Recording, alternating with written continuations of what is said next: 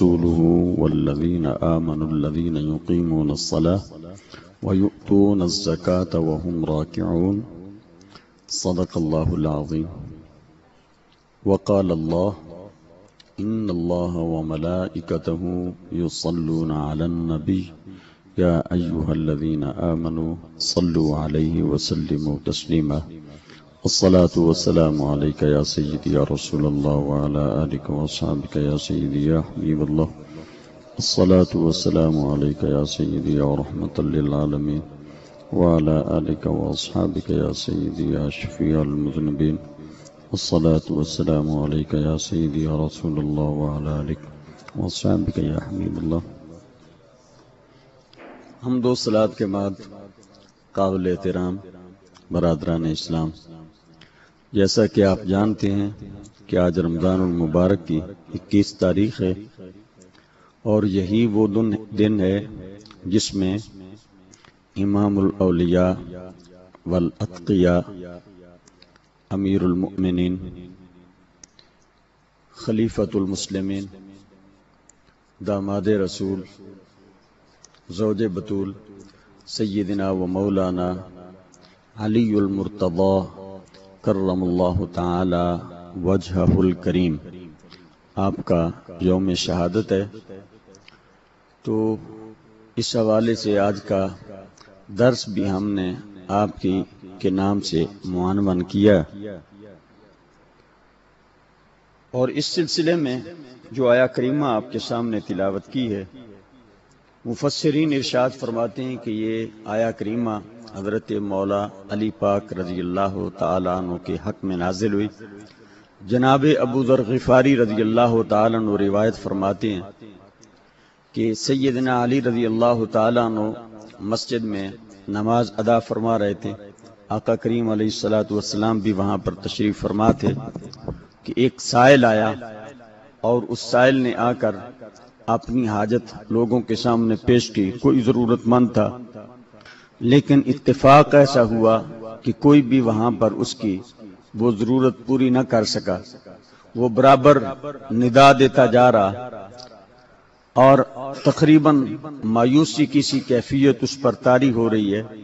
حضرت مولا علی پاک رضی اللہ تعالیٰ عنہ نے نماز پڑھتے ہوئے اپنے ہاتھ میں انگوٹھی انہوں نے پہنی ہوئی تھی، یوں کر کے اشارہ فرمایا تو اس نے وہ انگوٹھی لے لی، اور راہ مولا میں جب آپ نے وہ انگوٹھی خیرات فرمائی تو نبی اکرم صلی اللہ تعالیٰ علیہ وسلم نے آپ کا یہ عمل شریف دیکھ کے خوش ہو کے رب تعالیٰ کی بارگاہ میں عرض کی، یا اللہ، ایک تیرے نبی حضرت موسیٰ علیہ السلام تھے، انہوں نے تجھ سے دعا مانگی تھی، رب اشرح لی صدری ویسر لی امری واحلل عقدۃ من لسانی یفقہوا قولی واجعل لی وزیرا من اہلی ہارون اخی اشدد بہ ازری واشرکہ فی امری. اے اللہ، میرا سینہ کھول دے اور میرے کام کو آسان فرما دے، میری زبان کی گرہ کھول دے تاکہ لوگ میرا کلام سمجھ جایا کریں، اور میرے گھر والوں میں سے میرا وزیر بنا دے میرے بھائی جناب ہارون کو، اور اسے میرے کام میں شریک فرما دے. تو رب تعالیٰ نے نبی علیہ السلام فرماتے ہیں کہ یا اللہ، تو نے آپ کی اس التجا کو اپنی بارگاہ میں شرف قبولیت عطا فرمایا، اور تو نے انہیں یوں اپنی عطاؤں سے نوازا. قالا سنشد عضدک باخیک ونجعل لکما سلطانا فلا يصلون الیکما بآیاتنا انتما ومن اتبعکم الغالبون. اے موسیٰ علیہ السلام، ہم تیرے بازوؤں کو تیرے بھائی کے ذریعے سے مضبوط فرمائیں گے، اور تم دونوں ہی غالب رہو گے. اور آگے پھر وہ ارشادات ہیں. نبی اکرم صلی اللہ تعالیٰ علیہ وسلم نے ارشاد فرمایا، یا اللہ، جس طرح تو نے حضرت موسیٰ علیہ السلام کو ان کے بھائی کے ذریعے سے تقویت عطا فرمائی، میرے بھائی جناب علی کے ذریعے سے یا اللہ مجھے بھی قوت عطا فرما. جب یہ دعا فرمائی تو رب تعالیٰ نے آسمانوں سے اسی وقت جناب جبریل امین علیہ السلام کو یہ آیا کریمہ عطا فرما کے بھیج دیا بارگاہ رسالت میں انما ولیکم اللہ ورسولہ والذین آمنوا الذین یقیمون الصلاة ویؤتون الزکاة وهم راکعون، بے شک تمہارے دوست، تمہارے مددگار اللہ ہے، اللہ کا رسول ہے اور ایمان والے ہیں جو نمازیں قائم کرتے ہیں اور صدقہ و خیرات کرتے ہیں جبکہ وہ رکوع کر رہے ہوتے ہیں۔ یہ سیدنا علی پاک رضی اللہ تعالیٰ عنہ کے حق میں یہ آیہ کریمہ نازل ہوئی۔ نبی اکرم صلی اللہ تعالیٰ علیہ وسلم نے ہر صحابی کا بڑا مقام بیان فرمایا، لیکن جلال الدین سیوطی علیہ الرحمہ بہت چوٹی کا عالم ہے اور ولی اللہ، مصر کے رہنے والے تھے 10ویں صدی کے۔ تاریخ الخلفاء کے نام سے انہوں نے ایک تاریخ کی بھی کتاب لکھی ہے، بقی ہر موضوع پہ تقریباً ان کی کتابیں اور تصنیفات موجود ہیں۔ وہ ارشاد فرماتے ہیں کہ سب سے زیادہ صحابہ کرام میں سے حضرت سیدنا علی پاک رضی اللہ تعالیٰ عنہ کے فضائل کے متعلق احادیث بیان کی گئی ہیں، بقیہ صحابہ کی نسبت بھی۔ اس کی وجہ بھی انہوں نے یہ بیان فرمائی کہ جس زمانے میں سیدنا علی رضی اللہ تعالی عنہ خلافت فرما رہے تھے تو آپ کے مخالفین بڑے بڑھ گئے تھے، خارجیوں نے خروج کیا اور بغاوت وغیرہ شروع کر دی اور آپ کی مخالفت پہ اتر آئے۔ تو اس لیے اس دور کے جو علم حدیث رکھنے والے تھے انہوں نے جو کچھ حضرت علی پاک رضی اللہ تعالی عنہ کے متعلق وہ سنا تھا زبان نبوت سے، وہ لوگوں کی اصلاح حال کے لیے اور اصلاح عقائد کے لیے وہ بیان فرماتے تھے۔ اس لیے بقیہ صحابہ کی نسبت ان کے فضائل امت تک زیادہ پہنچے ہیں۔ اس کا یہ مطلب نہیں کہ دوسرے صحابہ کرام کے فضائل کم ہیں، فضائل ان کے بھی بہت زیادہ ہیں، لیکن بیان ان کے زیادہ کیے گئے ہیں۔ اور اس میں نبی اکرم صلی اللہ تعالی علیہ وسلم نے یہ خاص طور پر اسی ولایت کے حوالے سے میں یعنی مزید کچھ کہنا چاہتا ہوں۔ نبی اکرم صلی اللہ تعالی علیہ وسلم نے ارشاد فرمایا، عمران بن حسین رضی اللہ تعالی عنہ روایت فرماتے ہیں، اور یہ حدیث پاک ترمذی شریف میں ہے، نبی اکرم صلی اللہ تعالی علیہ وسلم نے ارشاد فرمایا، ان علی منی وانا منہ، علی مجھ سے ہیں اور میں علی سے ہوں۔ بہت بڑی فضیلت جو شاید یعنی یہ حضرت علی رضی اللہ تعالی عنہ کا ہی حصہ ہے کہ علی مجھ سے ہیں اور میں علی سے ہوں۔ ہم تو یہ سمجھتے ہیں نا، بیٹا ہو تو اسے کہتے ہیں کہ بیٹا ہے تو یہ باپ سے ہے، اور اگر بیٹا باپ یہ کہے کہ میں اس سے ہوں تو یہ تقریباً بات سمجھ میں نہیں آتی ہے۔ لیکن یہاں نبی اکرم صلی اللہ تعالی علیہ وسلم کا یہ فرمانا کہ میں علی سے ہوں، علی مجھ سے ہے، مطلب یہ ہے کہ علی کے اندر جتنے کمالات ہیں، جتنی خوبیاں ہیں، وہ ساری کی ساری میری عطا ہیں، اور تم علی سے جو بھی کوئی خوبی دیکھو گے وہ ظہور در حقیقت میرا ہوگا۔ علی آئینہ ہے، جمال میرا ہوگا، سخاوت اس کی ہے تو یہ تعلیم میری ہے، شجاعت اس کی ہے تو یہ فیضان میرا ہے، جو بھی علی کی خوبی ہے وہ در حقیقت میرے جمال کا پرتو ہے، میرے فیضان کا عکس ہے، میری عطاؤں کا ذل ہے۔ علی مجھ سے ہے اور میں علی سے ہوں۔ جو اس سے محبت فرمائے گا وہ در حقیقت مجھ سے محبت فرمائے گا، جو اس سے عداوت رکھے گا وہ مجھ سے عداوت رکھے گا۔ اس کا یہ بھی معنی علماء نے کیا کہ نبی اکرم صلی اللہ تعالی علیہ وسلم یہ فرما دے کہ میرا نسب علی سے جاری ہوگا۔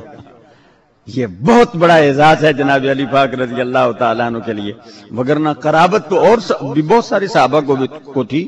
حضرت علی رضی اللہ تعالیٰ عنہ کے بھائی ہیں حضرت جعفر، حضرت عقیل، لیکن یہ مقام انہیں بھی حاصل نہیں ہے۔ یہ اعزازات ہوتے ہیں جو ازل ہی میں رب تعالیٰ مخصوص شخصیتوں کو عطا فرما دیتا۔ نبی اکرم صلی اللہ تعالیٰ علیہ وسلم نے ارشاد فرمایا، ترمذی میں حدیث ہے، جناب زید بن ارقم رضی اللہ تعالیٰ عنہ روایت فرماتے ہیں، آپ نے ارشاد فرمایا، من کنت مولا فہذا علی مولا، جس کا میں مولا اس کا علی مولا۔ اس حدیث کی وضاحت کرنا چاہتا ہوں۔ آج کل یہ تقریباً گرد و نواح میں حدیث یہ گردش کر رہی ہے اور لوگ اس معاملے میں مجھ سے سوال بھی ہوا، من کنت مولا فعلی مولا، جس کا میں مولا اس کا علی مولا۔ کتنا بڑا اعزاز ہے جناب علی پاک رضی اللہ تعالیٰ عنہ کے لیے۔ اور اس حدیث پاک سے بعض لوگوں نے غلط معنی بھی اخذ کیے ہیں، اس کی بھی وضاحت کرنا چاہتا ہوں۔ لیکن اس حدیث پاک کو سمجھنے کے لیے وہ دوسری حدیث اس کی وہ تکمیل کے لیے وہ ساری سماعت فرمائے۔ امام احمد نے اپنی مسند میں اس حدیث کو قدر تفصیل کے ساتھ بیان فرمایا۔ حضرت برا بن عازب رضی اللہ تعالیٰ عنہ اور زید بن ارقم رضی اللہ تعالیٰ عنہ روایت فرماتے ہیں، نبی اکرم صلی اللہ تعالیٰ علیہ وسلم جب غدیر خم ایک پانی کا تالاب یا کنواں تھا، جب ادھر نبی اکرم صلی اللہ تعالیٰ علیہ وسلم تشریف لائے تو آپ نے حضرت علی پاک رضی اللہ تعالیٰ عنہ کا ہاتھ پکڑ کے صحابہ کے مجمع میں آپ نے ارشاد فرمایا، اے صحابہ الستم تعلمون انی اولا بالمؤمنین من انفسہم، اے صحابہ کیا تم نہیں جانتے ہو کہ میں مومنوں کے ان کی جانوں سے زیادہ قریب ہوں؟ اولا کا ایک معنی میں مومنوں کا ان کی جانوں سے زیادہ مالک ہوں، دوسرا معنی میں مومنوں کا ان کی جانوں سے زیادہ مددگار ہوں، تیسرا معنی میں مومنوں کا ان کی جانوں سے زیادہ محبوب ہوں، یہ چوتھا معنی، اور بھی اس کے تقریباً 22 معنی اس کے بنتے ہیں۔ کیا میں نہیں ہوں؟ صحابہ نے عرض کی، قالوا بلا یا رسول اللہ، کیوں نہیں؟ آپ ہماری جانوں کے مالک ہیں، آپ ہمارے مددگار ہیں، آپ ہمارے محبوب ہیں۔ نبی اکرم صلی اللہ تعالی علیہ وسلم نے ارشاد فرمایا، الستم تعلمون انی اولا بکل مؤمن من نفسی، کیا تم نہیں جانتے ہو کہ میں ہر ایک جان سے اس جان کی نسبت اس سے زیادہ اولا ہوں، بہتر ہوں، مددگار ہوں، محبوب ہوں، قریبی ہوں، مالک ہوں؟ عرض کی بلا یا رسول اللہ کیوں نہیں؟ تو آپ نے ارشاد فرمایا، اللہم من کنت مولا فعلی مولا، یا اللہ جس کا میں محبوب اس کا علی محبوب، جس کا میں مددگار اس کا علی مددگار، جس کا میں دوست اس کا علی دوست، جو مجھ سے محبت کرے گا یا اللہ وہ علی سے بھی محبت کرے۔ اللہم وال من والا وعاد من عادا، یا اللہ جو علی سے محبت رکھے یا اللہ تو بھی اسے اپنا محبوب بنا لے، جو علی سے عداوت رکھے یا اللہ تو بھی اس سے عداوت رکھ۔ بہت بڑا اعزاز سیدنا علی پاک رضی اللہ تعالیٰ عنہ کو عطا فرمایا گیا۔ بعض بھائی سے یہ عقیدہ اخذ کرتے ہیں کہ شاید نبی اکرم صلی اللہ تعالیٰ علیہ وسلم اس میں جناب علی رضی اللہ تعالیٰ عنہ کی خلافت بیان فرما رہے ہیں، حالانکہ علی پاک رضی اللہ تعالیٰ عنہ خود فرمایا کرتے تھے کہ نبی اکرم صلی اللہ تعالیٰ علیہ وسلم نے صراحت کے ساتھ، یعنی ایسا کوئی جملہ جس میں دوسرا مفہوم نہ نکلتا ہو، وہ نبی اکرم صلی اللہ تعالیٰ علیہ وسلم نے بھی ایسا ارشاد نہیں فرمایا، اور رب تعالیٰ نے بھی نبی اکرم صلی اللہ تعالیٰ علیہ وسلم کی خلافت کے لیے کوئی قطعی الثبوت قسم کا کوئی حکم، قطعی الدلالت قسم کا کوئی حکم، یعنی بالکل بلا ٹوک، یعنی جس میں دوسرا مفہوم نہ نکلتا ہو، وہ بیان نہیں فرمایا۔ ہاں ایسے یعنی کافی سارے ثبوت ہیں یا حدیث ہیں جن کے معانی اور بھی ہیں، لیکن اس سے نبی اکرم صلی اللہ تعالی علیہ وسلم کی خلافت کے متعلق استدلال کیے جا سکتے ہیں۔ تو اس میں اگر یہ معنی لیا جائے کہ نبی اکرم صلی اللہ تعالی علیہ وسلم کے خلیفہ ہوں گے، تو اس میں یہ تو تعین نہیں کہ وہ خلافت کب ہوگی۔ اگر کوئی آدمی یہ کہتا ہے کہ یہ نبی اکرم صلی اللہ تعالی علیہ وسلم کے بعد کی ہے، تو پھر ہم بھی تو یہی کہتے ہیں کہ بعد کی ہے، لیکن خلفائے ثلاثہ کے بعد کی ہے، پہلے 3 حضرات کے بعد کی ہے۔ اگر کہیں نہیں 3 کی نہیں تو پھر اسی وقت ہونی چاہیے، تو پھر نبی اکرم صلی اللہ تعالی علیہ وسلم کی موجودگی میں ہو جانی چاہیے، حالانکہ یہ معنی کسی کے نزدیک نہیں ہے۔ دوسرا، نبی اکرم صلی اللہ تعالی علیہ وسلم نے ارشاد فرمایا حضرت علی رضی اللہ تعالیٰ عنہ سے، انت منی بمنزلۃ ہارون من موسیٰ، اے علی رضی اللہ تعالیٰ عنہ آپ میرے لیے ایسی ہیں جیسے حضرت موسیٰ علیہ السلام کے لیے حضرت ہارون علیہ السلام۔ یہ آپ نے اس موقع پر ارشاد فرمائی، حدیث پاک یہ مشکات میں موجود ہے، جب آپ غزوہ تبوک کے لیے تشریف لے جانے لگے اور آپ نے وہاں اپنے پیچھے حضرت عبداللہ ابن ام مکتوم کو اور حضرت علی رضی اللہ تعالیٰ عنہ کو اپنے پیچھے مدینہ طیبہ کے امور کا سرپرست بنایا اور والی بنایا، تو انہوں نے تھوڑی اس میں وہ محسوس فرمائی خفت سی کہ میں اتنا بڑا شجاع اور بہادر اور میں یہ پیچھے رہ جاؤں۔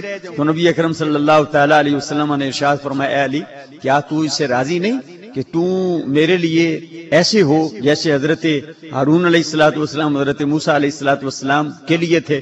تو اب اس سے بھی لوگوں نے یہ نتیجہ اخذ کیا کہ اس سے بھی نبی حضرت علی رضی اللہ تعالیٰ عنہ کے خلافت بلا فصل کا استدلال ہے، حالانکہ یہ بات بھی نہیں، اس لیے کہ حضرت ہارون علیہ الصلوۃ والسلام حضرت موسیٰ علیہ الصلوۃ والسلام کے خلیفہ تھے۔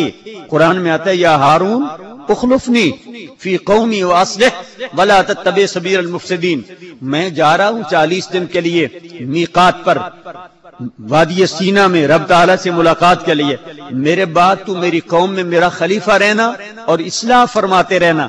حضرت موسیٰ علیہ الصلوۃ والسلام تشریف لے گئے، جب تک وہ غائب رہے حضرت ہارون ان کے خلیفے رہے، جب وہ تشریف لائے تو حضرت ہارون کی وہ خلافت وہ ختم ہو گئی اور حضرت موسیٰ علیہ الصلوۃ والسلام نے آ کر اپنے فرائض سنبھال لیے۔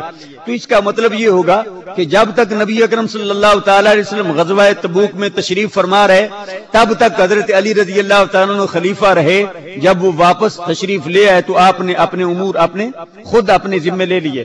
اور دوسرا اس کا یہ معنی یہ بھی بڑا خوبصورت ہے کہ حضرت علی رضی اللہ تعالیٰ عنہ ان کے لیے یہ استدلال کرنا کہ یہ حضرت ہارون علیہ الصلوۃ والسلام کی مانند ہیں، لہذا وہ نبی اکرم صلی اللہ تعالیٰ علیہ وسلم کا خلیفہ ہیں۔ ارے بھائی، حضرت ہارون علیہ الصلوۃ والسلام کا وصال تو حضرت موسیٰ علیہ الصلوۃ والسلام کی زندگی میں ہو گیا تھا، یہ بالکل یہ بات روایات سے یہ ثابت ہے۔ 40 سال حضرت موسیٰ علیہ الصلوۃ والسلام کی وفات شریف سے پہلے جناب ہارون کا وصال ہو گیا، تو اس سے یہ استدلال تو نہیں ہو سکتا کہ حضرت ابوبکر صدیق رضی اللہ تعالیٰ عنہ کی خلافت معاذ اللہ یہ باطل تھی، حضرت فاروق اعظم اور حضرت عثمان غنی رضی اللہ تعالیٰ عنہ وہی عقائد برحق ہیں جو الحمدللہ اہل سنت و جماعت کے حصے میں آئے ہیں۔ وہ یہ سمجھتے ہیں کہ حضرت علی رضی اللہ تعالیٰ عنہ کی خلافت برحق ہے لیکن چوتھے نمبر پر، اور یہ اللہ تعالیٰ کے محبوب ترین اور اللہ کے رسول کے محبوب ترین یہ ساتھی ہیں اور اسلام کے مخلص جانثار ہیں۔ آپ ان کی وہ اندازہ فرمائیں عظمت کا، غزوہ طائف کے موقع پر نبی اکرم صلی اللہ تعالیٰ علیہ وسلم نے جناب علی رضی اللہ تعالیٰ عنہ کو مخاطب کر کے قریب بلا کے ان کے کان میں کوئی سرگوشی شروع فرما دی۔ ترمذی شریف میں جناب جابر رضی اللہ تعالیٰ عنہ سے یہ روایت ہے، اور لقد طالت نجوا، نبی اکرم صلی اللہ تعالیٰ علیہ وسلم کی وہ سرگوشی، وہ چپکے سے گفتگو جناب علی رضی اللہ تعالیٰ عنہ کے کانوں میں وہ دراز ہو گئی۔ صحابہ کرام کو ناگوار گزرا کہ نبی اکرم صلی اللہ تعالیٰ علیہ وسلم اپنے فیوض و برکات سے، اسرار الہیہ سے، معرفتوں کے سمندروں سے جناب علی کو تو نواز رہے ہیں اکیلے کو، اور ہم یہاں پر بالکل ایسے ہی بیٹھے ہوئے ہیں۔ تو بعض صحابہ کو یہ احساس ہوا تو نبی اکرم صلی اللہ تعالیٰ علیہ وسلم نے کیا خوبصورت جواب دیا۔ آپ ارشاد فرماتے ہیں من تجیتہ ولیکن اللہ انتجا، تم یہ سمجھتے ہو کہ میں اللہ کا رسول اپنی مرضی سے حضرت علی سے سرگوشی کر رہا ہوں؟ میں نے علی سے سرگوشی نہیں کی ہے، اللہ نے علی سے سرگوشی کی ہے۔ میں نے علی سے سرگوشی نہیں کی، اللہ نے علی سے سرگوشی کی ہے۔ اور یہ حدیث بھی ترمذی کی ہے، سیاستہ کی یہ حدیث ہے۔ آپ اندازہ فرمائیں جناب علی رضی اللہ تعالیٰ عنہ کی مقبولیت، آپ کی محبوبیت اور رب تعالیٰ کی بارگاہ میں آپ کی قدر و منزلت کا، کہ رب تعالیٰ وہ کچھ مخصوص علوم، مخصوص اسرار اور معرفتیں یہ رسول اللہ صلی اللہ تعالیٰ علیہ وسلم کے توسط سے جناب علی رضی اللہ تعالیٰ عنہ کو عطا فرما رہا۔ اور یہی وجہ تھی ہر صحابی حضور علیہ الصلوۃ والسلام کے علم کا دروازہ ہے، ہر صحابی حضور علیہ الصلوۃ والسلام کے فیضان نبوت کا امین ہے، ہر صحابی حضور علیہ الصلوۃ والسلام کے فیضان ہدایت کا چمکتا ستارہ ہے۔ لیکن نبی اکرم صلی اللہ تعالیٰ علیہ وسلم نے خصوصی طور پر جناب علی رضی اللہ تعالیٰ عنہ کے متعلق ارشاد فرمایا انا دار الحکمت والی بابھا، ایک حدیث میں انا مدینۃ العلم والی بابھا، کہ میں علم کا شہر ہوں اور لیکن اس شہر کا دروازہ جناب علی پاک ہیں رضی اللہ تعالیٰ عنہ۔ آپ کے اس حوالے سے کہ نبی اکرم صلی اللہ تعالیٰ علیہ وسلم نے اسے علم کے شہر کا دروازہ قرار دیا، ایک دو باتیں اس حوالے سے عرض کرنا چاہتا ہوں۔ ایک آدمی اس دور میں ایک مقدمہ لے کر حضرت علی پاک رضی اللہ عنہ کی خدمت میں آ گیا، کہنے لگا بیویاں دو ہیں اور دونوں نے ایک ہی رات میں بچہ جنا، ایک نے بچہ اور ایک نے بچی، اندھیرا تھا، پتہ نہیں چل سکا، جب روشنی ہوئی تو ہر ایک عورت یہ تقاضا کرتی ہے کہ یہ بچہ میرا ہے، اور بچی کی والدہ بننے کے لیے کوئی بھی تیار نہیں ہے، اور ہمارے پاس اس کی کوئی دلیل بھی نہیں ہے کہ ہم کسی دلیل سے یہ مسئلہ اخذ کر سکیں یا ان کو سمجھا سکیں یہ بچہ ایک کا ہے بچہ یہ ایک کا، لیکن ہم اس مسئلے کو حل نہیں کر پا رہے ہیں۔ حضرت علی پاک رضی اللہ تعالی عنہ نے ارشاد فرمایا یہ تو کوئی اتنا مشکل مسئلہ نہیں، حالانکہ بڑا مشکل مسئلہ ہے۔ صحابہ نے پوچھا یہ کیسے مشکل مسئلہ نہیں ہے؟ آپ نے ارشاد فرمایا جا کر دونوں کے دودھ نکال کے ان کا وزن کرو، جس کا دودھ بھاری ہوگا وہ بچے کی ماں ہوگی، جس کا ہلکا ہوگا وہ بچی کی ماں ہوگی۔ انہوں نے کہا جناب آپ نے یہ مسئلہ کہاں سے اخذ کیا؟ کہا قرآن سے۔ صحابہ اور بھی حیران ہوئے، قرآن تو ہم نے بھی پڑھا لیکن وہاں پر تو ان عورتوں کا وہاں پر ذکر ہی نہیں ہے۔ وہ پوچھا وہ کیسے؟ ارشاد فرمایا رب تعالی نے ارشاد فرمایا للذکر مثل حظ الانثیین، ایک مرد کے لیے دو عورتوں کے برابر کا حصہ ہے، ایک مرد کے لیے دو عورتوں کے برابر کا حصہ ہوتا ہے۔ مطلب یہ کہ جب بچہ بھی ہوگا تو اس کا دودھ بھاری ہوگا، جب بچی ہوگی تو اس کا دودھ ہلکا ہوگا۔ آپ نے وہ فیصلہ فرما دیا۔ یہ حضرت علی رضی اللہ عنہ کے فقاہت فی الدین ہے، اور جو نبی علیہ السلام نے فرمایا یہ باب مدینۃ العلم کا دروازہ یہ علی پاک رضی اللہ عنہ تو واقعتاً اسی طرح ہوا۔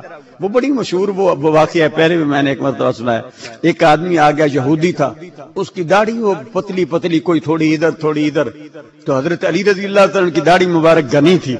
آج کل حضرت علی رضی اللہ عنہ نعرے لگانے والے وہ داڑیاں چٹ کر دیتے ہیں، کہتے ہیں ساڈا علی مولا ہے، اور وہ علی مولا کرتے رہتے ہیں، بے وضو بھی آپ کا نام لیتے رہتے ہیں، بلکہ ٹالٹوں میں بھی نام لیتے رہتے ہیں۔ یقین جانیں یہ صرف اور صرف یہ ادارے افسوس کے لیے بات کہہ رہا ہوں۔ یہاں پر شاید وہ دوست موجود ہوں، یعنی ماڈل ٹاؤن کے وہ دوست ہیں، انہوں نے وہ اپنی کتی تھی کہ ان کے پاس کوئی امپورٹڈ، اسے انہوں نے وہ کروانا تھا پازیٹیو، تو اسے وہ کتے کی تلاش میں وہ لے گئے، یعنی ادھر ضلع گجرات میں کسی گاؤں میں۔ یقین جانیں یہ صرف افسوس کے لیے، لطیفے کے لیے نہیں آپ کو یہ سنا رہا ہوں۔ آپ اندازہ فرمائیں کہ بدبختی کہاں تک پہنچ گئی ہے۔ ادھر وہ کتیا کو لے کر ادھر وہ پہنچے اس گاؤں میں، تو وہاں پر بھی اسی نسل کا کوئی امپورٹڈ کتا تھا، کتے نے اسے انٹرکورس کیا، تو جب وہ کتے نے اسے کراس کیا تو وہاں پر کوئی آدمی زور سے کہتا ہے اے اپنا یا علی، استغفر اللہ العظیم، یہ ہے موقع یا علی کہنے کا، یعنی انتہا ہو گئی ہے بدبختی کی۔ ہم نے سمجھا ہی نہیں کہ حضرت علی پاک رضی اللہ تعالیٰ کیا ہے۔ نبی اکرم صلی اللہ تعالیٰ علیہ وسلم نے ارشاد فرمایا النظر علی وجہ علی عبادہ، علی کے چہرے کو دیکھنا یہ بھی عبادت ہے۔ ایسی شخصیت کا نام ایسے بیہودہ مقام پہ لینا، اور اس وقت وہ لوگ اپنے آپ کو محبان علی کہتے ہیں، یہ محبت نہیں ہے، یہ آپ کی بے ادبی ہے، یہ گستاخی ہے، اور اس سے بڑی میں سمجھتا ہوں کوئی یہ دعوت ہی نہیں ہے۔ اور کسی آدمی کے متعلق میں نے یہ سنا ہے، یہ بھی شاید اسی قبیل سے ہو کہ ٹوائلٹ میں ہے اور زور لگا رہا ہے اور ساتھ ساتھ یعنی کہتا ہے یا علی، استغفر اللہ العظیم۔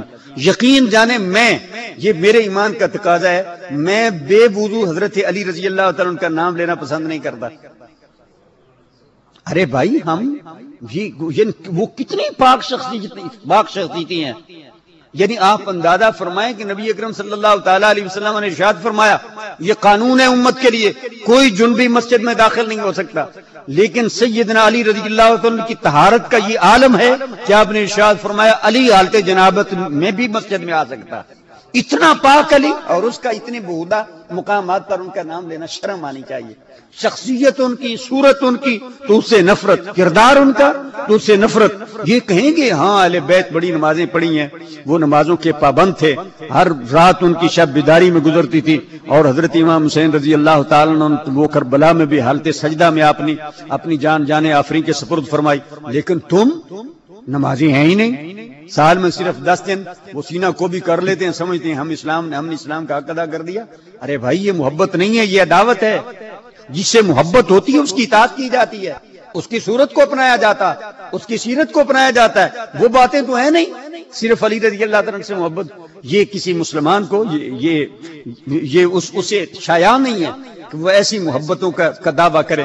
حضرت علی رضی اللہ عنہ کی خدمت میں وہ آدمی آیا، اس نے کہا علی میری داڑھی پتلی ہے اور تیری داڑھی بڑی گھنی ہے، کیا اس کا ذکر بھی تمہارے قرآن میں ہے؟ حضرت علی رضی اللہ تعالیٰ نے فرمایا ہاں میری اور تیری داڑھی کا بھی ذکر قرآن میں ہے۔ آپ اندازہ فرمائیں حضرت علی رضی اللہ تعالیٰ کو کتنا قرآن پر عبور تھا۔ سارے صحابہ بھی حیران کہ ان کی داڑھیوں کا ذکر قرآن میں کہا گیا۔ انہوں نے وہ فوراً قرآن کریم کی وہ آیت کریمہ تلاوت کر دی، والبلد الطیب یخرج نباتہ باذن ربہ والذی خبث لا یخرج الا نکدا۔ رب تعالیٰ ارشاد فرماتا ہے جو عمدہ زمینیں ہوتی ہیں وہ اچھی کھیتی پیدا کرتی ہیں، اور بنجر زمینیں کوئی تیلا۔ فرمایا وہ بنجر زمین وہ تیری داڑھی ہے، اور اچھی زمین بلد طیب وہ میری داڑھی ہے۔ یہ حضرت علی رضی اللہ عنہ کی فقاہت فی الدین ہے۔ ایک مسئلہ یقین جانے حیران کر دیتا، اور نبی اکرم صلی اللہ تعالی علیہ وسلم نے ارشاد فرمایا اقضاہم علی، میرے صحابہ میں سب سے زیادہ قوت فیصلہ وہ رب تعالیٰ نے جناب علی رضی اللہ تعالیٰ کو عطا فرمائی ہے، اور یہ رب تعالیٰ کی عطا ہوتی ہے، یہ ازلی کے فیصلے ہیں۔ لیکن نبی اکرم صلی اللہ تعالیٰ علیہ وسلم نے حضرت علی رضی اللہ تعالیٰ عنہ کو ہی ارشاد فرمایا۔ یہ ارشاد بہرحال آپ کو سنانا چاہتا ہوں، کیونکہ اس دور میں بعض ایسے ہیں جو حضرت علی رضی اللہ تعالیٰ عنہ کے کردار پر کیچڑ اچھالتے ہیں اور کہتے ہیں جناب وہ اپنی خلافت میں انہوں نے کیا کیا؟ ساری زندگی تو وہ مسلمانوں سے لڑتے رہے، جنگ صفین ہے مسلمانوں سے، جمل ہے وہ مسلمانوں سے، اور وہ تیسری جنگ ہے وہ بھی مسلمانوں سے۔ 4 سال کے عرصے میں کوئی فتوحات نہیں، علی کی کیا خدمات ہے؟ ایک وہ گروہ ہے، ایک وہ ہے وہ کردار کو دیکھتا نہیں، وہ کہتے ہیں بس جو کچھ ہے دین میں وہ صرف علی، حتیٰ کہ حضرات انبیاء کرام پر بھی حضرت علی رضی اللہ عنہ کو ترجیح دیتے ہیں۔ میں نے خود اپنے کانوں سے سنا، ان کی تقریروں میں نے سنا۔ یہ امت میں 2 گروہ ہیں۔ کیا اس حال کا صاحب دین کو، دین بنانے والے کو، دین کو دے کر بھیجنے والے کو کیا ایسی صورتحال کا علم تھا کہ ایسا کچھ ہونے والا ہے؟ کچھ ایسے ہوں گے جو علی رضی اللہ تعالیٰ کے کردار میں معاذ اللہ وہ زبان تان دراز کریں گے، اور کچھ ایسے ہوں گے جو حضرت علی رضی اللہ تعالیٰ کو وہ مقام دیں گے جو آپ کا نہیں ہوگا۔ اب آئے حدیث پاک کی روشنی میں دیکھتے ہیں۔ حضرت امام احمد بن حنبل رضی اللہ تعالیٰ عنہ محبان اہل بیت میں سے بہت بڑے چوٹی کے محدث ہیں، صاحب مذہب اور فقیہ ہیں، 4تھا مذہب ان کا امام احمد بن حنبل کا، اور حدیث میں ان کی یہ کتاب بڑی معتبر ہے۔ وہ روایت فرماتے ہیں خود جناب علی رضی اللہ تعالیٰ عنہ سے، کہتے ہیں مجھے خود نبی اکرم صلی اللہ تعالیٰ علیہ وسلم نے، جناب علی فرماتے ہیں مجھے خود ارشاد فرمایا، کیا فرمایا؟ اے علی فی کا مثل من عیسیٰ، میری امت میں تیری مثال ایسی ہے جیسے قوم بنی اسرائیل میں جناب عیسیٰ علیہ السلام کی۔ یہ یعنی مشکات شریف میں بھی حدیث پاک موجود ہے، امام احمد نے اپنی مسند میں بھی اسے روایت فرمایا۔ روایت کرنے والے خود حضرت علی رضی اللہ تعالیٰ عنہ، نبی اکرم صلی اللہ تعالیٰ علیہ وسلم نے ارشاد فرمایا یہ حدیث یاد رکھنی ہے، اور جہاں کبھی یہ ضرورت پڑے یہ حوالہ دینا، کتابوں میں دکھانا، یہ علماء کی یہ ذمہ داری ہے۔ بقیہ اس حدیث کو اپنے لیے راہ عمل بنانا یار مسلمان کی یہ ذمہ داری ہے۔ ارشاد فرمایا اے علی میری امت میں تیرا حال، تیرا مقام، تیری مثال ایسی ہے جیسے قوم بنی اسرائیل میں جناب عیسیٰ علیہ السلام کی۔ ان کے متعلق 2 گروہ ہو گئے، ایک یہودی، انہوں نے کیا کیا؟ اب غضبہ الیہود، یہودیوں نے ان سے بغض رکھا، عداوت رکھی، ان کی مخالفت کرتے رہے، حتیٰ کہ مخالفت میں اتنا آگے بڑھ گئے حتیٰ بہتو امہ، حتیٰ کہ معاذ اللہ آپ کی پاک دامن عفت مآب عصمت کی پیکر ماں حضرت مریم سلام اللہ علیہا پر زنا کا بہتان لگایا۔ یہ بالکل یہ حقیقت ہے، موجودہ بائبل آپ جا کر دیکھ لیں، اس میں بھی یہودی یہ دعویٰ کرتے ہیں، اور ان کی یہ کوٹیشنیں وہاں پر موجود ہیں، وہ یہ کہتے ہیں کہ یہ اس نجار کی، یوسف نجار کی، وہ یعنی اس سے وہ فعل ہوا جس کے نتیجے میں حضرت عیسیٰ علیہ السلام کا تولد، وہ انہیں بغیر باپ کے بیٹا نہیں مانتے ہیں۔ اس حد تک وہ اپنے اس بغض میں اور اپنی گندگی میں، باطن کی گندگی میں اس حد تک بڑھ گئے۔ نبی اکرم صلی اللہ تعالیٰ علیہ وسلم نے ارشاد فرمایا علی تیرے متعلق بھی کچھ ایسے ہوں گے جو انہونی باتیں تیرے متعلق کریں گے، اور وہ باتیں تیری طرف منسوب کریں گے جو تجھ میں نہیں ہوگی۔ وَأَحَبَّتْهُ النَّصَارَى، حضرت علی رضی اللہ تعالیٰ عنہ سے عیسائیوں نے محبت کی، بڑی محبت کی، حتی انزلوا بالمنزلۃ التی لیست لہ، حتیٰ کہ انہوں نے محبت کرتے کرتے حضرت عیسیٰ علیہ السلام کو وہ مقام دیا جو ان کا مقام نہیں تھا۔ انہیں معاذ اللہ کہہ دیا خدا کے بیٹے ہیں، انہوں نے معاذ اللہ کہہ دیا کہ وہ اللہ ہیں، حالانکہ آپ اللہ بھی نہیں، اللہ کے بیٹے بھی نہیں ہیں۔ نبی اکرم صلی اللہ تعالی علیہ وسلم نے ارشاد فرمایا علی تیرے متعلق بھی میری امت ایسا کچھ دو حصوں میں بٹ جائے گی، میں تمہیں وقت سے پہلے جو آج حالات ہیں وہ نبی رحمت نے وہ پہلے بیان فرما دیا۔ اندازہ فرمائے حضور اکرم صلی اللہ تعالی علیہ وسلم کے علوم نبوت اور نگاہ نبوت کا، ایک ایک آدمی نے جو جو کچھ کرنا ہے نبی اسے جانتا۔ پھر حضرت علی رضی اللہ تعالیٰ انہوں نے خود اپنے ماننے والوں کو ارشاد فرمایا او میرے ماننے والوں، میرے پیچھے نمازیں پڑھنے والوں، محبت کا دعویٰ کرنے والوں، یہلک فیہ رجلان، میرے متعلق تعلق رکھنے والے دو قسم کے آدمی ہلاک ہو جائیں گے، دو قسم کے آدمی ہلاک ہو جائیں گے، ایک محب مفرط، ایک میرے ساتھ محبت میں حد سے بڑھنے والا آدمی، محب مفرط، محبت کرے گا لیکن حد سے بڑھ جائے گا، یقرضنی بما لیس فیہ، وہ باتیں میری طرف منسوب کرے گا جو مجھ میں نہیں ہے۔ بہت بڑا لمحہ فکریہ یقین جانے اس وقت امت یہاں پر جن حالات سے دو چار ہے، اور پھر اس علی کی محبت کے نام پر قتل و غارت ہوتی ہے، مساجد میں اور مخصوص جگہوں پہ نماز پڑھنا مشکل ہو جاتا ہے، بم بلاسٹ ہوتے ہیں، کتنے ظلم و ستم ہوتے ہیں۔ اگر نبی علیہ الصلوۃ والسلام کی ہم اسی حدیث پاک کو اپنے لیے نمونہ عمل بنا لیں، یقین جانے پوری امت یہ امن اور سلامتی کے کسی گہوارے میں چلی جائے، لیکن ایسا نہیں۔ نبی اکرم صلی اللہ علیہ وسلم نے ارشاد فرمایا، حضرت علی خود بیان فرماتے ہیں، یہلک فیہ رجلان، میرے متعلق دو قسم کے آدمی، دو قسم کے گروہ ہلاک ہو جائیں گے، ایک محب مفرط یقرضنی بما لیس فیہ، ایک مجھ سے محبت کرنے والا اور میری محبت میں آ کر میرے متعلق وہ باتیں منسوب کرے گا جو مجھ میں نہیں ہوگی۔ آج برملا ممبروں پر یہ کہا جاتا ہے علی رضی اللہ تعالیٰ عنہ انبیاء سے افضل ہے، معاذ اللہ ثم معاذ اللہ۔ یہ بھی کہا جاتا یہ فرشتے کو خطا ہو گئی، آنا تھا علی بن ابی طالب کی طرف، چلا گیا محمد بن عبداللہ کی طرف۔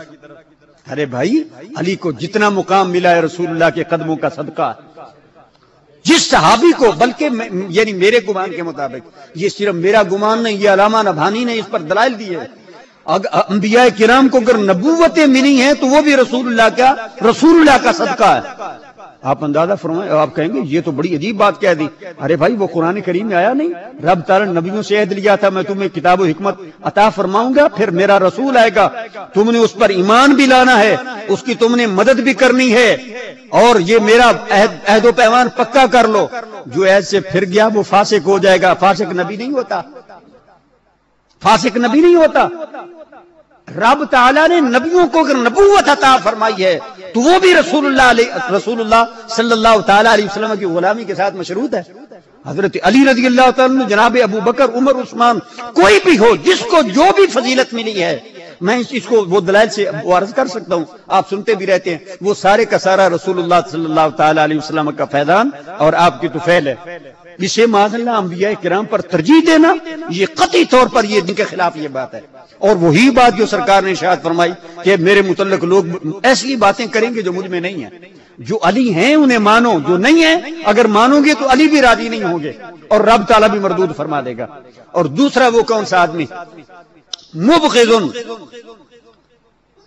یحمل شنآنی علی ان یبہتنی، اور ارشاد فرمایا دوسرا وہ آدمی جو مجھ سے بغض رکھے گا اور میری دشمنی، میرا کینہ اسے میری مخالفت پہ اکسائے گا اور ابھارے گا، وہ بھی ہلاک ہو جائے گا۔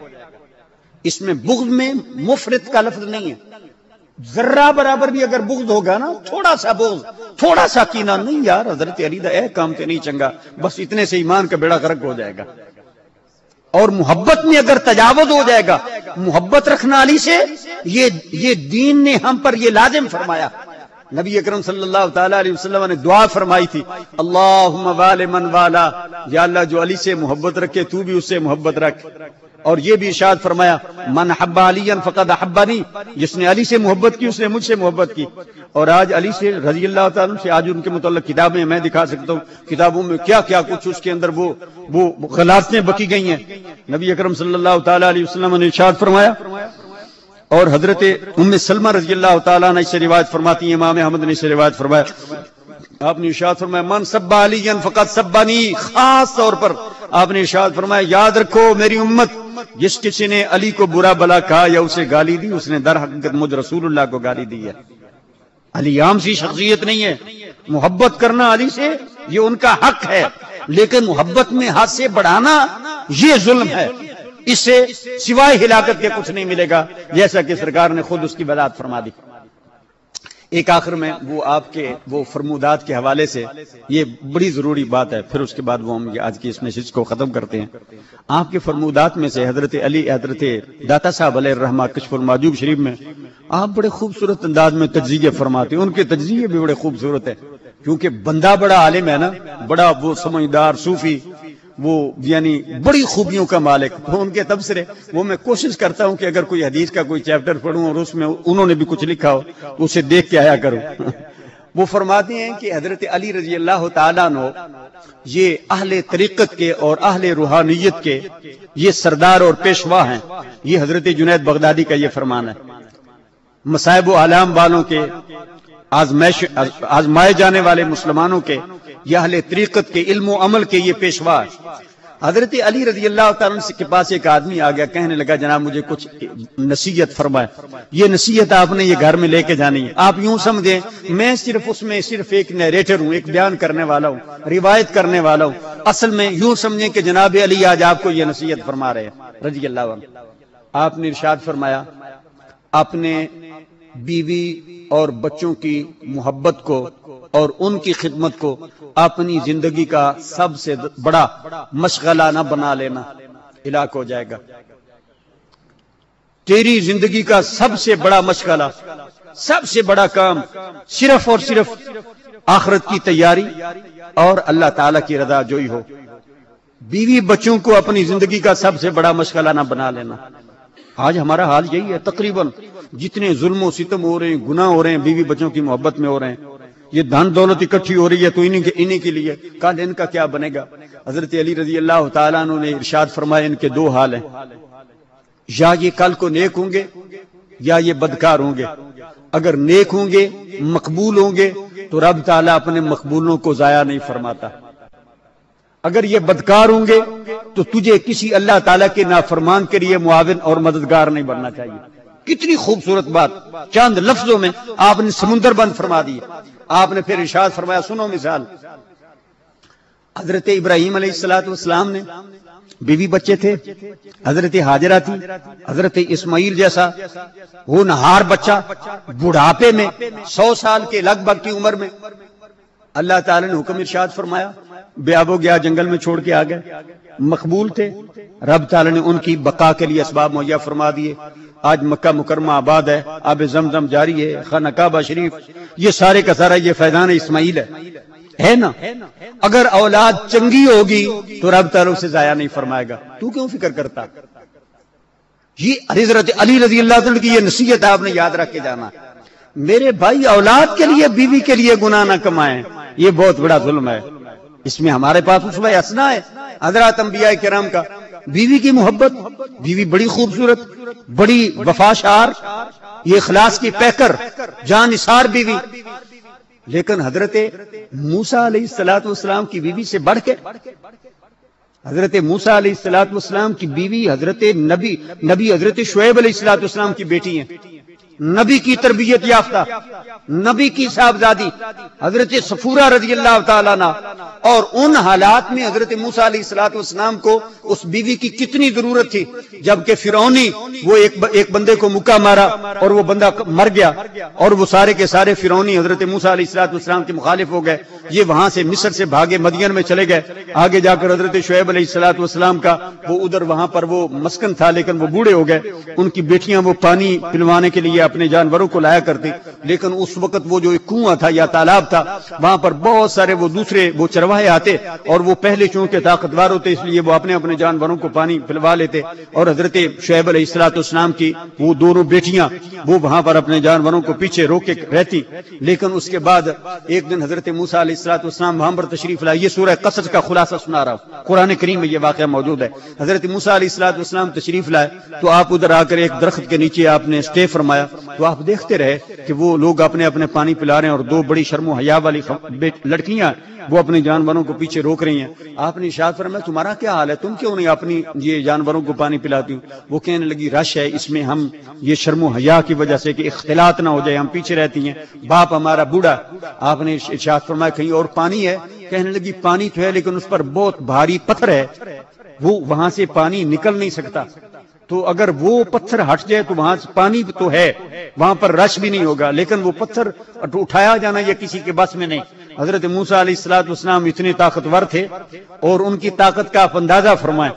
یہ اس سلسلے میں آپ نے بخاری شریف میں حدیث پاک ہے، حضرت اسرائیل علیہ السلام تشریف لائے تو فلاطمہ موسیٰ علیہ السلام، حضرت موسیٰ علیہ السلام نے حضرت اسرائیل کو تھپڑ مارا، حضرت اسرائیل علیہ السلام کی آنکھ نکل گئی، اتنا طاقتور آدمی۔ علامہ عثمانی نے لکھا ہے یہ پھر بھی جناب اسرائیل تھے جو موسیٰ کا تھپڑ برداشت کر گئے، وگرنہ اگر حضرت موسیٰ علیہ السلام مکہ مارتے تو زمین و آسمان ریزہ ریزہ ہو جاتے۔ یہ اللہ کے نبی کی طاقت ہے۔ فرمایا کوئی بات نہیں، دکھاؤ مجھے۔ حضرت موسیٰ علیہ السلام نے اکیلا اتنی بڑی چٹان کو اٹھا کے پرے پھینک دیا، فرمایا پلواؤ پانی، پانی پلوا کے گھر چلی گئی۔ بہنوں نے جا کر وہ حضرت شعیب علیہ السلام نے فرمایا آج بڑی جلدی آ گئی، خطا بھی واقع ہو سکتی ہے نا، ناجائز تعلقات ہوں تو اس قسم کی مدیں مل جاتی ہیں۔ حضرت شعیب علیہ السلام لیکن انہیں بھی پتا تھا کہ میں نبی ہوں، نبی کے گھر میں یہ پلنے والی بیٹیاں ایسا نہیں۔ آپ نے ارشاد فرمایا کیا بات ہے؟ کہنے لگی ایک اجنبی ہے، شرم و حیا کا پیکر ہے، وہ اس نے جب یہ ہمارا حال دیکھا تو اسے برداشت نہ ہو سکا، اس نے پوچھا تو ہم نے اسے بتایا، اس نے اکیلے نے چٹان اٹھا کے پرے پھینک دی، اور ہمیں اس نے دیکھا تک نہیں، اور ہمیں اس نے کہا کہ میں یہ گوارا نہیں کر سکتا ہوں کہ تم ان نامحرموں میں کھڑی رہو، جاؤ۔ وہ کہنے لگے کہ ہم تو نبی ہیں، ہم تو کسی مزدور کی مزدوری رکھنا یہ ہم اپنے لیے حلال نہیں سمجھتے۔ ارے بھائی دیکھ، تیرے قرآن نے، تیرے دین نے مزدوروں کے کتنے حقوق بیان کیے، یقین جانے ہمارا قرآن کی طرف رجوع نہیں ہے۔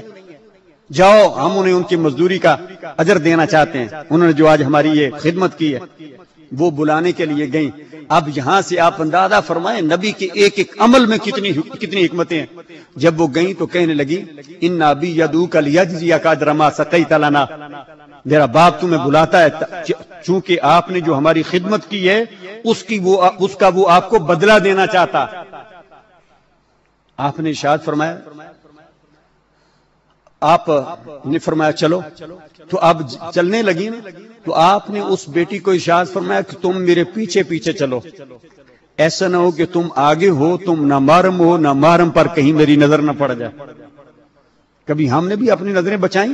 ہم تو جان بوجھ کر دیکھتے ہیں، تاکتے ہیں، آنکھیں پھاڑ پھاڑ کر دیکھتے ہیں، حالانکہ اللہ نے منع فرمایا مومنو نامحرموں کے لیے اپنی نظریں جھکا لو۔ یہ ہے انبیاء کرام کو اسوہ حسنہ۔ رب تعالیٰ ایسے ہی نہیں کسی کو نبی بنا دیتا، نبی عفت و عصمت کا پیکر ہوتا، اس میں سراپا حیا ہوتا۔ جب وہ گھر گئے، جا کر ساری بات بتائی، حضرت شعیب علیہ السلام نے ان کی حوصلہ افزائی فرمائی، اور پھر اس کے بعد وہ آگے وہ ساری ان کا وہ معاملہ ہوا۔ تو حضرت موسیٰ علیہ السلام وہ کہاں سے وہ بات شروع کی تھی؟ اللہم صلی علی سیدنا محمد و علی سیدنا محمد مبارک وسلم۔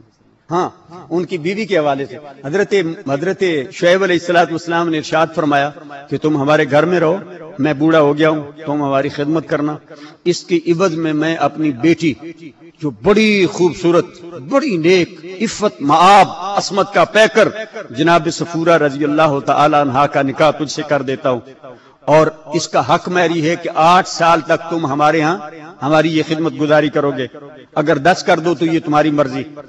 اور واللہ ولا ما نقول وکیل، حضرت موسیٰ علیہ السلام نے فرمایا جو کچھ مجھ سے ہو سکا، اگر 8 سال تو کروں گا، 10 ہو گئی تو بہتر، وگرنہ 8 سال۔ واللہ ولا ما نقول وکیل، جو کچھ تم نے کہا ہم نے کہا اس پر اللہ گواہ۔ یہ ہے اسلامی معاہداتی یہ ہدایات دستاویز لکھنی ہوں واللہ ولا ما نقول وکیل. بہت خوبصورت یہ معاہدہ تھا، اور اس میں وہ گواہ کسے بنایا، وکیل کسے بنایا؟ اللہ کو. آج ہم اپنے وکیل بناتے ہیں جناب، گواہی جھوٹیاں گواہیاں لکھنے، وہ پیسے لے کر وہ دوسری طرف گواہی دے دیتے ہیں. اللہ ایسا ہے جسے کسی لالچ کی کسی چیز کی ضرورت نہیں ہے. چنانچہ قصہ مختصر، جب وہ سال پورے ہو گئے، حضرت موسیٰ علیہ السلام نے فرمایا میں اپنے وطن جانا چاہتا ہوں. حضرت شعیب علیہ السلام نے فرمایا اتنی بکریاں یہ بھی تیری ہیں، یہ بیوی بھی تیری ہے، اسے لے جاؤ. بیوی حاملہ ہے.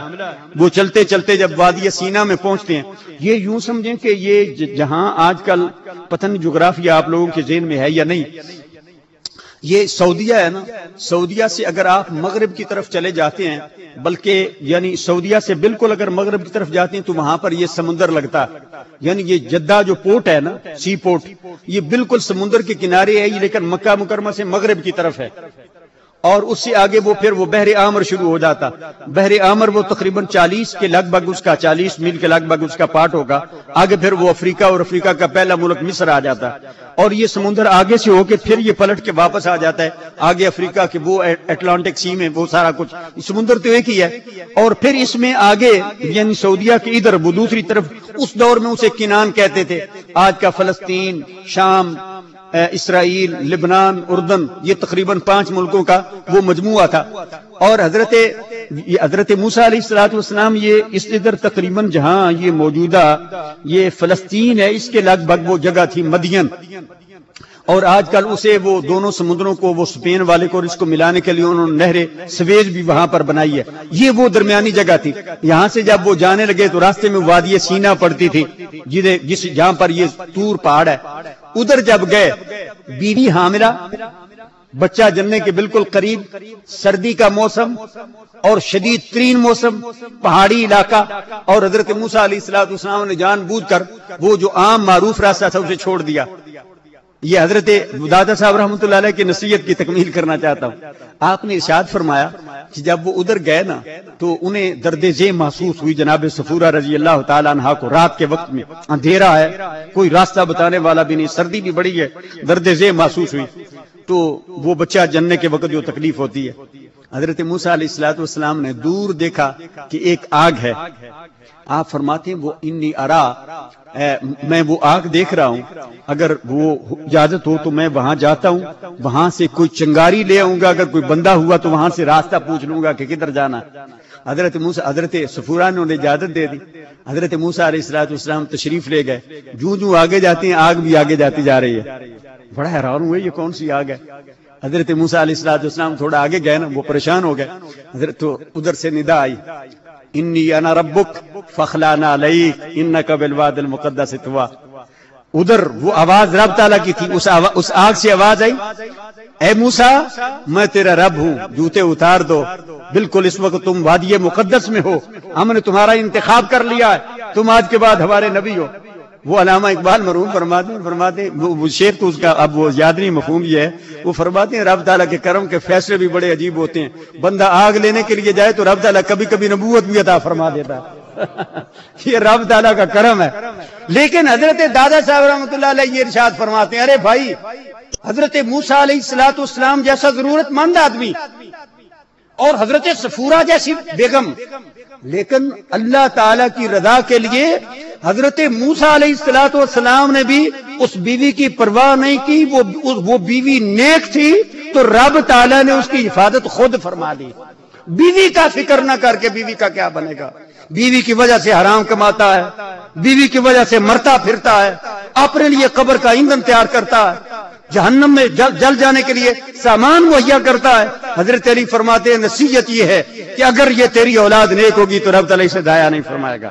اگر بدکار ہے، انہوں نے کل کو زنا کرنی ہے، چوریاں کرنی ہے، ڈکیتیاں کرنی ہے، کسی اچھے عہدے پر پہنچائے گا تو یہ ملک کو لوٹیں گے، کمیشنیں لیں گے، حرام کریں گے، تو پھر یہ تیرے لیے پھر بھی یہ ببال ہے. پھر تو کسی رب تعالیٰ کے نافرمان کا ممد اور معاون ہے، پھر بھی یہ تیرے لیے ہلاکت ہے. کتنی خوبصورت نصیحت کی. اللہ تعالیٰ ہمیں صحابہ کرام کے اسوہ حسنہ پہ اور فرمودات پہ عمل کرنے کی توفیق عطا فرمائے. اصل محب علی وہ ہے جو آپ کی صورت اور سیرت کو اپنائے.